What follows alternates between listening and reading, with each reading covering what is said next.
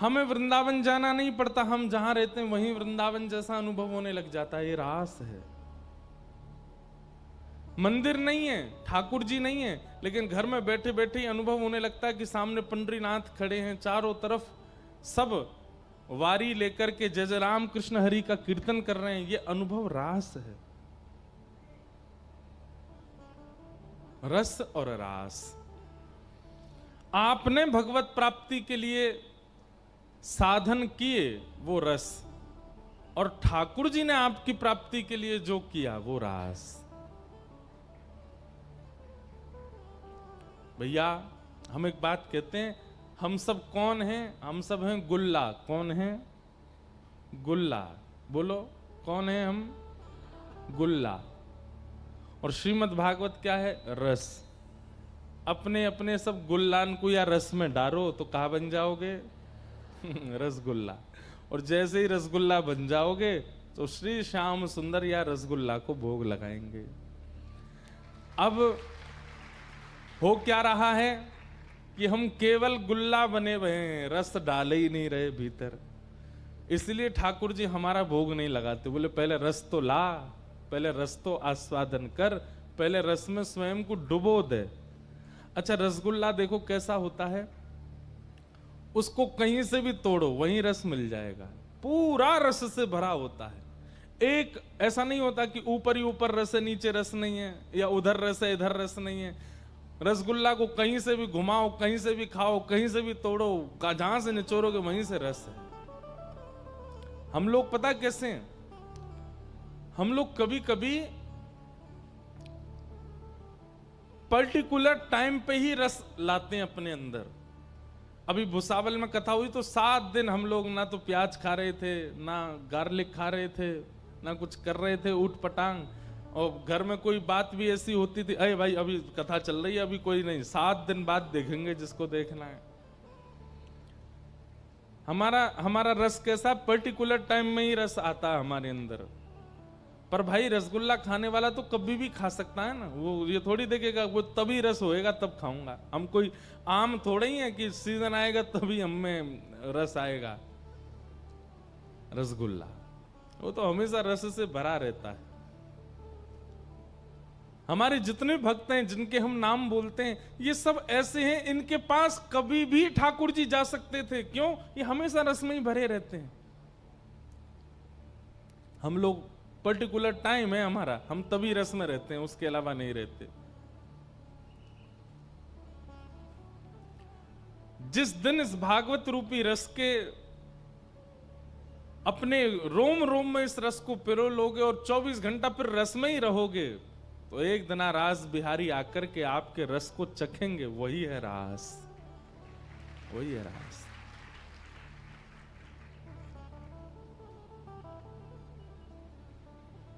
भगवान ने गोपियों के साथ रास विहार किया। देवादिदेव महादेव भी पधारे गोपी बनकर के। बोल गोपेश्वर महादेव की। और ब्रज वृंदावन में सुंदर रास हुआ। रास के अंतर्गत गोपियों में थोड़ा सा मान आ गया। मान कैसे आ गया? हम बड़ी सुंदर हैं और हमारे रूप पर देखो त्रिभुवन नायक रीझ गए हैं, इसलिए हमारे साथ रास कर रहे हैं। गोपियों के अंदर आए हुए इस मान पर ठाकुर जी बोले, भैया अगर सुंदरता पर रीझना होता तो पूतना बहुत सुंदर बन के आई थी, हमने तो उसको देखा भी नहीं। और तुम सब गोपियां मान कर रही हो कि हम तुम्हारी सुंदरता पर रीझ करके रास कर रहे हैं। ठाकुर जी ऐसा सोच करके वहां बीच से अंतर ध्यान हो गए। अब प्रश्न उठता है कि गोपियों के चित्त में मान आया क्यों? बहुत ध्यान से सुनिएगा। ठाकुर जी हमें मिलते क्यों नहीं है? इतनी सेवा करते हैं, इतनी कथा सुनते हैं, इतना ठाकुर जी का सुंदर भोग लगाते हैं, इतना सब कुछ आनंद ठाकुर जी को कराते हैं, क्यों नहीं मिलते ठाकुर जी? क्योंकि ठाकुर जी को अभी भी संशय है हमारे ऊपर कि कहीं मैं मिल गया इसको मान हो जाएगा कि देखो मेरी भक्ति की पराकाष्ठा, ठाकुर जी मिल गए। अरे महाराज, ठाकुर जी मिलना तो बहुत दूर की बात, कोई व्यक्ति 7 दिन नियमित रूप से अगर कथा सुन लेता है ना तो उसको मान हो जाता। बोले एक दिन भी मैंने नागा नहीं किया, महाराज जी से पहले आ जाता था कथा में, और महाराज जी जाते उसके बाद जाता था कथा से। और भली चलाई कई लोग तो व्रत और कर लेते हैं, कथा में भी फलाहार करते हैं, 7 दिन फलाहार करते हैं, जमीन पर सोते हैं, तो उनको और ज्यादा मान हो जाता है। वो बात बात पर यही बताते रहते हैं, बोले कथा तो सब भुसावल वालों ने सुनी पर मेरी जैसी नहीं सुनी होगी। फलाहार करके नीचे जमीन में सो के कथा सुनता था मैं। हमको इतनी सी बात पे मान हो जाता है कि हमने कथा सुनी तो ठाकुर जी मिल गए तो फिर भैया सबसे, आज तो सोशल मीडिया का जमाना है, आज ठाकुर जी मिलेंगे सबसे पहले हम कहेंगे बाकी बात बाद में होगी, पहले सेल्फी होगी और सारे सोशल मीडियाओं पर डलेगी, देखो ठाकुर जी मुझसे मिले। आजकल हमारी स्थिति ऐसी है, कोई व्यक्ति कितना भी रोता हुआ दिखता ना, हमको महाराज जी से मिलना है। मैंने किया, हमको पता है क्यों मिलना, आओ कैमरा निकालो फोटो खींचो, और फोटो खींचते ही वो ठीक हो जाता है, जाओ हमें पता है कि इसीलिए हो। तो आजकल तो ऐसा जमाना और है, आदमी को अगर ठाकुर जी चुपचाप भुसावल में मिलकर के चले गए, रात में मानो ठाकुर जी आए, आपको सोते हुए को उठा, ए देख तेरी भक्ति से प्रसन्न होकर मैं आया हूं, चल अब मेरे साथ बैठ, और आप उस समय ठाकुर जी के संग बैठे और ठाकुर जी थोड़ी देर बाद चले गए, तो आप रोने लग जाओगे, ठाकुर जी मैं किसी को बता तो पाया ही नहीं कि आप मिले मुझे, और अगर बोल के बताऊंगा तो कोई मानेगा नहीं, प्रमाण मुझ पे है नहीं। ठाकुर जी कहेंगे बताना क्यों? बोले अरे आपको नहीं पता, बिना बताए तो काम चलेगा ही नहीं ना। प्रेम जितना गोपनीय रखा जाता है उतना बढ़ता है, और धन जितना बांटा जाता है उतना बढ़ता है, ये याद रखिएगा। प्रेम जितना बांटोगे उतना घटेगा, प्रेम का जितना प्रचार कर दोगे उतना घट जाएगा, और धन उसको जितना बांटोगे, 2 चीज हैं, धन और ज्ञान। धन और ज्ञान जितना बांटोगे उतना बढ़ेगा, और अपने प्रेम का जितना प्रचार करोगे वो उतना घटेगा। इसलिए प्रेम का ज्यादा प्रचार नहीं करना चाहिए। आजकल सबसे ज्यादा संबंध टूटने की खबर आती है कि संबंध नहीं चल रहे, क्यों? प्रचार बहुत कर देते हैं, खुलासा बहुत कर देते हैं अपने प्रेम का। थोड़ा गोपनीय रखो, जीवन में बिल्कुल गोपनीयता बची नहीं हमारे में, थोड़ा गोपनीय रहना प्रारंभ करो, विशेष रूप से प्रेम के साथ।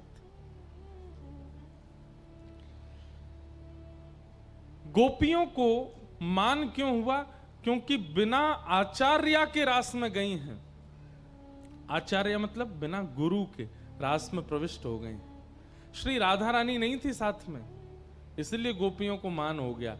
इसलिए भैया भक्ति में गुरु का होना बहुत आवश्यक है, क्योंकि गुरु यदि होते हैं तो गुरु कृपा से अगर कभी ठाकुर जी मिल गए तो मान नहीं होगा, अभिमान नहीं होगा। अब उसमें भी आपके शिष्यत्व पर निर्भर करता है, आप शिष्य कैसे हो। केवल दीक्षा लेकर के और कंटक काट लिया है तो मान हो ही जाएगा, लेकिन आपका गुरु के प्रति नैष्ठिक भाव है, उनकी आज्ञा के प्रति पूर्ण समर्पण है, तो निश्चित है कि ठाकुर जी अगर मिल भी गए ना तो आपको मान नहीं होगा। गुरु कृपा।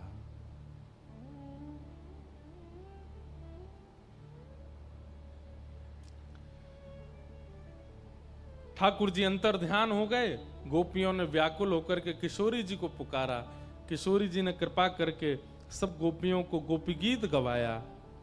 जयति तेधिकम जनना ब्रजः श्रयतंदिरा सस्वदत्र हि दैतदृश्यता दीक्षुतावक स्त्वयि धृता सव स्वाम विचिन्वते। ये गोपी गीत है, भागवत का प्राण कहते हैं इनको। गोपी गीत गोपियों ने गाया और गोपी गीत के पूर्ण होते ही श्री ठाकुर जी पीतांबरी पहनकर के गोपियों के बीच फिर से प्रकट हो गए। एक बात निश्चित मानिएगा,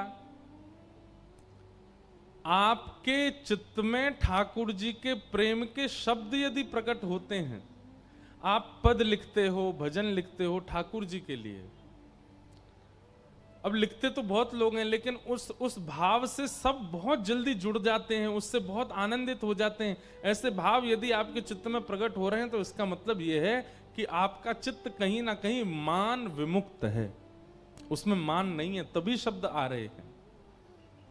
कोई शब्द प्रकट ना हो पाए कभी, तो कहीं ना कहीं उसमें विचार करना कि अभी हमारी भक्ति थोड़ी लेश है, कम है।